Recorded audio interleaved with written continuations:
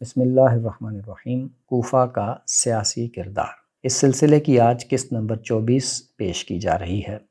آج کی قسط کا عنوان ہے دور فتن میں حضرت طلحہ، حضرت زبیر اور حضرت عائشہ رضی اللہ تعالی عنہم کا کردار، جنگ جمل کی ناکامی، وجوہات اور اسباب۔ اس سے پہلے کہ اس موضوع پر بات کی جائے، چند باتیں بطور تمہید عرض کرنا چاہوں گا۔ وہ یہ کہ تاریخ کا مطالعہ کرتے ہوئے تاریخی بیانات کو اور تاریخی واقعات کو الگ الگ کر کے دیکھنے کی ضرورت ہوتی ہے۔ ہمارے ہاں جو عام طور پر تاریخ کا مطالعہ کرنے کا رجحان یا منہج پایا جاتا ہے، وہ یہ ہے کہ بیانات کے اوپر ہی سارا زور صرف کر دیا جاتا ہے کہ فلاں نے یہ کہا، فلاں نے وہ کہا۔ حالانکہ یہ جو بیانات ہوتے ہیں، ان کی حیثیت یہ مستقل نہیں ہوتی، یعنی وہ بیانات واقعی اس شخصیت کی طرف سے کہے گئے ہیں، بیان کرنے والے راویوں نے ان میں اپنے تاثرات کا اضافہ تو نہیں کر دیا، اس میں تصرف تو نہیں کر دیا۔ ہم دیکھتے ہیں کہ آج کے سیاسی ماحول میں بھی یہ چیزیں عام ہیں۔ لوگ اپنے مخالف پارٹی کے بیانات کو مختلف اینگل سے دیکھتے ہیں اور مختلف زاویوں سے اسے بیان کرتے ہیں، اور بعض اوقات ایک بات کچھ اور ہوتی ہے اور وہ بالکل دوسری طرح سے پیش کی جاتی ہے، اور بعض اوقات بالکل جھوٹے بیانات بھی منسوب کیے جاتے ہیں۔ یہی سب کچھ اس وقت بھی ہوا ہے۔ اس لیے بیانات کی وہ اہمیت نہیں ہے جو واقعات کی ہے، اور واقعات بھی وہ جو اسٹیبلشڈ ہسٹری میں آتے ہیں۔ یعنی اسٹیبلش ہسٹری سے مراد یہ ہے کہ ان واقعات پر کسی کا اختلاف نہیں ہے۔ ان واقعات کو سامنے رکھ کر اور کس طرح سے وہ ایوالو ہوتے ہیں اور کس طرح سے ایک واقعہ دوسرے واقعے کی وجہ بنتا ہے، پھر ان کا تجزیہ کیا جائے تو بات نتیجہ خیز ہو سکتی ہے، ورنہ محض بیانات کے اوپر تو صرف بیان بازی ہی ہو سکتی ہے۔ حضرت طلحہ اور حضرت زبیر رسول اللہ صلی اللہ علیہ وسلم کے دیرینہ ساتھی تھے، سابقون الاولون میں سے تھے۔ یہ بات کہہ کر فارغ نہیں ہوا جا سکتا، بری ذمہ نہیں ہوا جا سکتا کہ ان حضرات کو حضرت علی سے کوئی قد تھی، جس کی وجہ سے وہ حضرت علی کی خلافت کو استوار ہوتا نہیں دیکھنا چاہتے تھے، اور انہوں نے جب یہ دیکھا کہ حضرت علی خلیفہ بن گئے تو مخالفت میں کھڑے ہو گئے۔ یہ بالکل ہی سادہ سا بیانیہ ہے اور محض زور خطابت ہی کے ساتھ ہی منوایا جا سکتا ہے، جبکہ تاریخی حقائق کو اپنے وسیع تر تناظر میں دیکھا جاتا ہے۔ حضرت طلحہ، حضرت زبیر کوئی اس دن تو نہیں بن گئے تھے جس دن حضرت علی کی خلافت قائم ہوئی تھی یا جنگ جمل ہوئی تھی۔ ان کی شخصیت کیا تھی، وہ تو ان کی جو پوری زندگی ہے اس کے مطالعے سے سامنے آتی ہے۔ تو اس سے پہلے کہ ہم حضرت طلحہ اور زبیر کا کردار بیان کریں، ان کی شخصیت کی ایک جھلک آپ کے سامنے رکھ دیتے ہیں۔ یہ رسول اللہ صلی اللہ علیہ وسلم کے دیرینہ ساتھی تھے، سابقون الاولون میں سے تھے، یعنی اولین لوگ تھے جنہوں نے اسلام قبول کیا تھا۔ انہوں نے ہجرت کی، تمام جو رسول اللہ کے دور میں جہاد ہوا تو ہجرت و جہاد کی تمام تکالیف برداشت کیں، بہت سی قربانیاں دیں، اپنی جان کی قربانی بھی دی، بار بار اپنی جانوں کو خطرے میں ڈالتے رہے، اور اپنے مال سے بھی انہوں نے قربانیاں دیں۔ تو دین اسلام کو جو تقویت حاصل ہوئی وہ انہی لوگوں کی قربانیوں سے حاصل ہوئی تھی۔ حضرت طلحہ تو وہ ہستی ہیں جن کو صاحب احد کا لقب دیا گیا تھا، جنہوں نے رسول اللہ صلی اللہ علیہ وسلم کی حفاظت کی خاطر بے انتہا زخم اٹھائے تھے، اور ان کا ایک بازو بھی ہمیشہ کے لیے شل ہو گیا تھا۔ اور حضرت زبیر حواری رسول کہلاتے تھے۔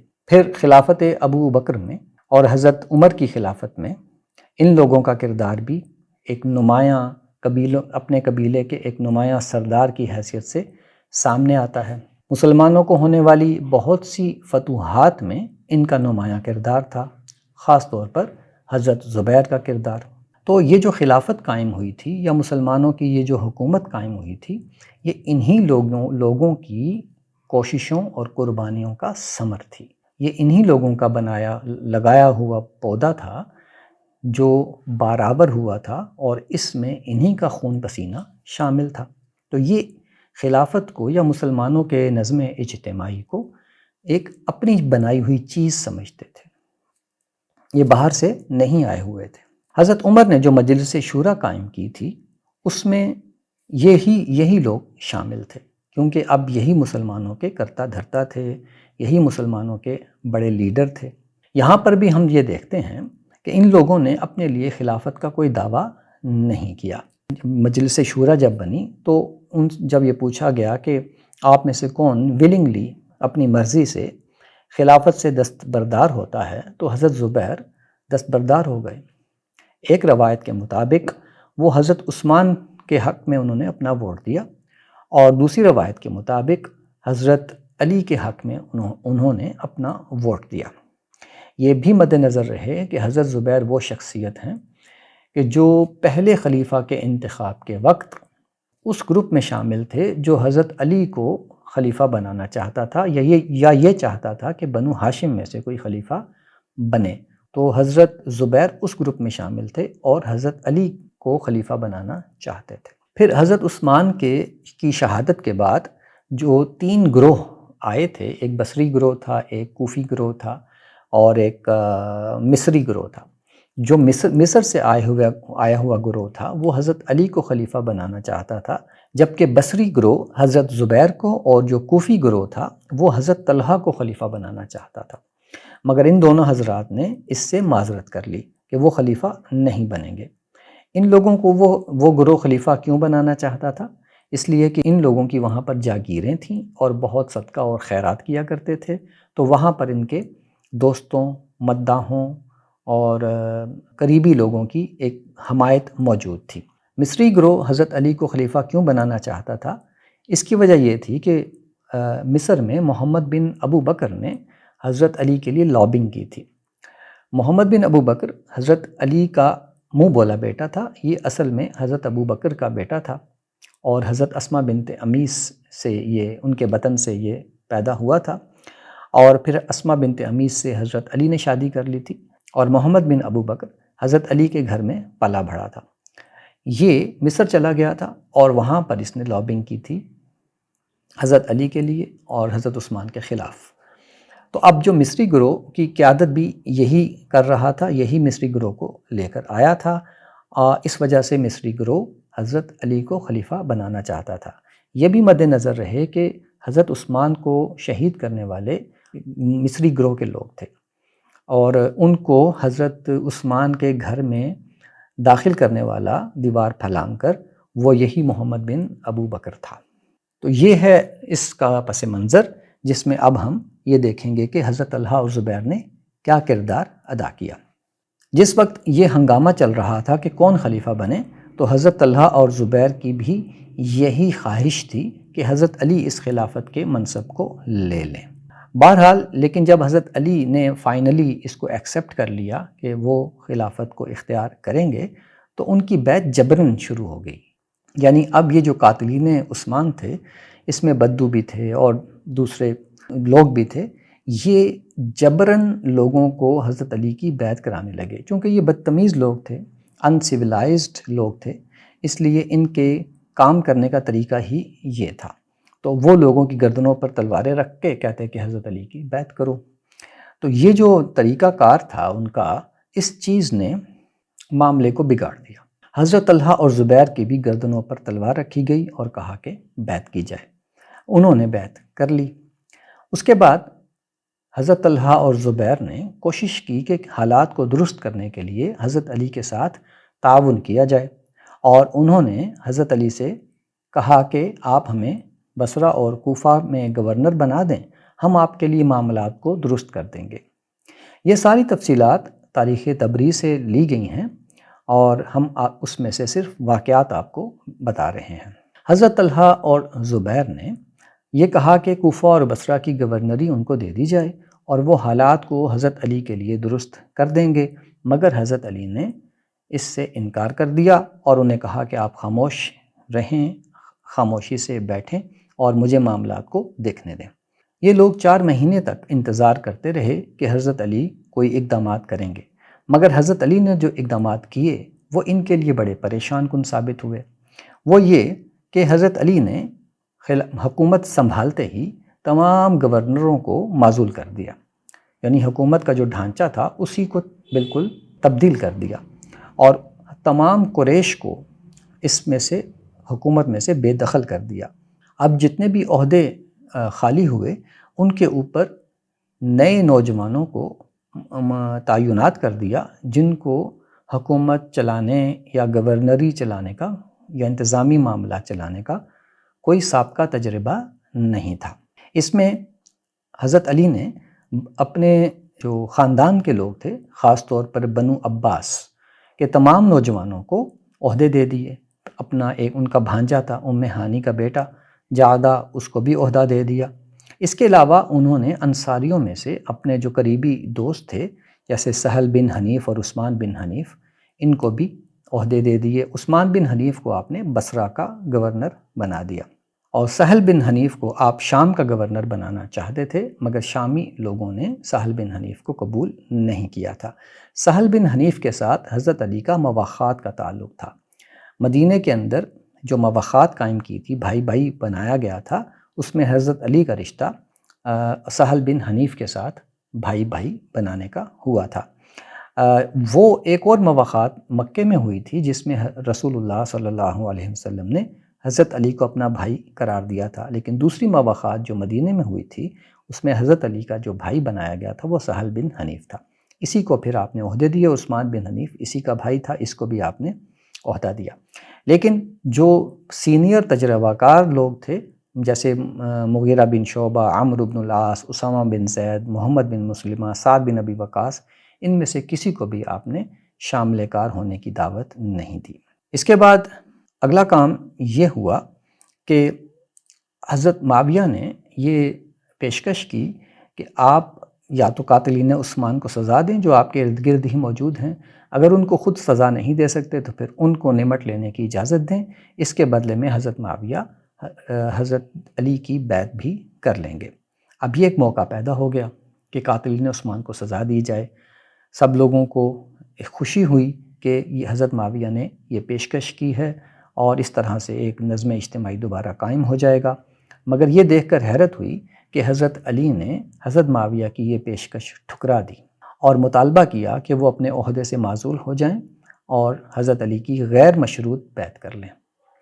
اب یہ چیز پھر شاکنگ تھی لوگوں کے لیے کہ یہ کیا معاملہ ہے۔ اس کے بعد حضرت علی نے عبید اللہ ابن عمر کا ایک فیصل شدہ مقدمہ کھول لیا جس میں انہوں نے عبید اللہ ابن عمر نے ہرمزان کو قتل کیا تھا، جس پر حضرت عمر کے قتل کی سازش کا الزام تھا۔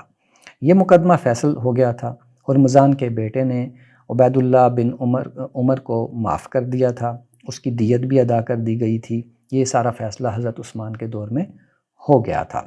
اب اس کا کوئی کھولنے کا کوئی مطالبہ بھی نہیں تھا دوبارہ اس کیس کو، لیکن حضرت علی نے اس کیس کو دوبارہ کھول لیا۔ اس سے عبید اللہ بن عمر کو یہ لگا کہ حضرت علی شاید اسے قتل کرنا چاہتے ہیں، چنانچہ وہ پھر وہاں سے مدینے سے بھاگ کر شام چلا گیا۔ عبید اللہ بن عمر کو اس وقت جب یہ قتل کا مقدمہ پیش ہوا، سارا قریش بچانے کے لیے آ گیا تھا اور اس نے ریکویسٹ کی تھی ہرمزان کے بیٹے سے کہ وہ اس کو معاف کر دے، تو اس نے معاف کر دیا تھا۔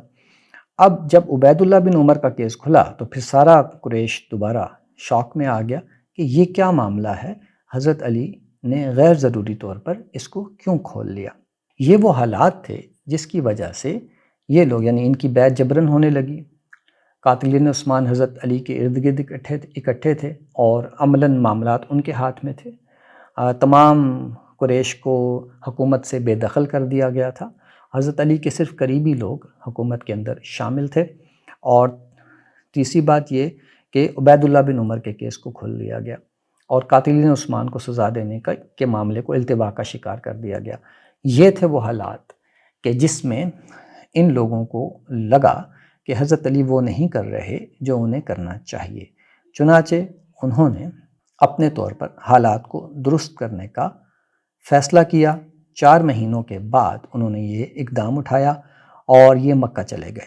وہاں پر حضرت عائشہ پہلے سے موجود تھیں، ان سے مل کر میٹنگ ہوئی، فیصلہ ہوا کہ قاتلین عثمان جو کہ حکومت پر چھا گئے ہیں ان کو یہاں سے ہٹایا جائے، ان کو سزا دی جائے۔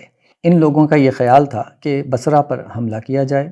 بصرہ میں چونکہ حضرت زبیر کی حمایت موجود تھی، ساتھ ہی کوفہ تھا جہاں حضرت طلحہ کی حمایت موجود تھی۔ اس بنا پر ان کو امید تھی کہ یہ اپنا ایک ٹھکانہ بنا لیں گے، ایک بیس کیمپ بنا لیں گے وہاں پر، اور پھر وہاں سے مزید کارروائیاں کریں گے۔ ان کا یہ بھی خواہش تھی کہ حضرت معاویہ ان کے ساتھ شامل ہو جائیں، اور لیکن حضرت معاویہ ان کے ساتھ شامل نہیں ہوئے۔ عبداللہ بن عامر جو بصرہ کے سابق گورنر تھے، وہ بہت ہی قابل گورنر تھے اور اب معزول ہو چکے تھے، انہوں نے کہا کہ حضرت معاویہ شامل نہیں ہوں گے۔ چنانچہ حضرت معاویہ شامل نہیں ہوئے، حالانکہ حضرت معاویہ کے لیے یہ ایک سنہرا موقع تھا کہ اگر وہ قاتلین عثمان کو بھی سزا دے دیتے، اور اگر ان کی کوئی ایسی انٹینشن ہوتی کہ اپنی خلافت قائم کرنی ہے، تو یہ بھی اس کے لیے ایک بہترین موقع تھا۔ مگر حضرت معاویہ نے قانون اپنے ہاتھ میں لینے سے انکار کر دیا اور اس مہم میں شامل نہیں ہوئے۔ حضرت معاویہ اس علم کے باوجود اس مہم میں شامل نہیں ہوئے کہ حضرت علی نے ان کے خلاف اعلان جنگ کر دیا تھا۔